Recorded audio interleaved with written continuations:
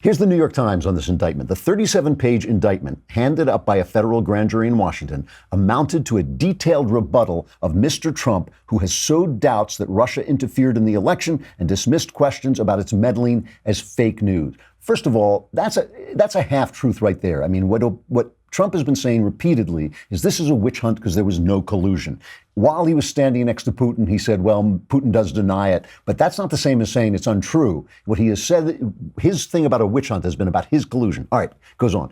This is the Times. Mr. Mueller has gathered extensive evidence of contacts between Russia and the Trump campaign. This is the New York Times, right? Mr. Trump's eldest son met with a Russian lawyer in hopes of receiving political dirt on Mrs. Clinton. Okay, we've gone through that extensively. As far as Trump Jr. knew, this was not an agent of the Russian government. It was a Russian, but still, it was a stupid meeting to take. He got out of it pretty fast.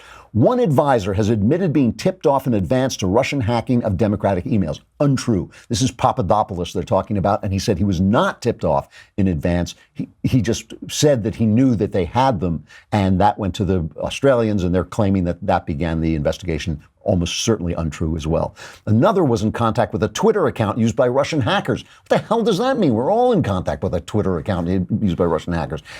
A federal judge found this is the one I love. A federal judge found probable cause that a third advisor was an unlawful Russian agent. That's the FISA guy who was shown the Steele dossier, which we now know was complete garbage. As Trump said during this press conference, he said if the Steele dossier had anything, they'd have released it by now.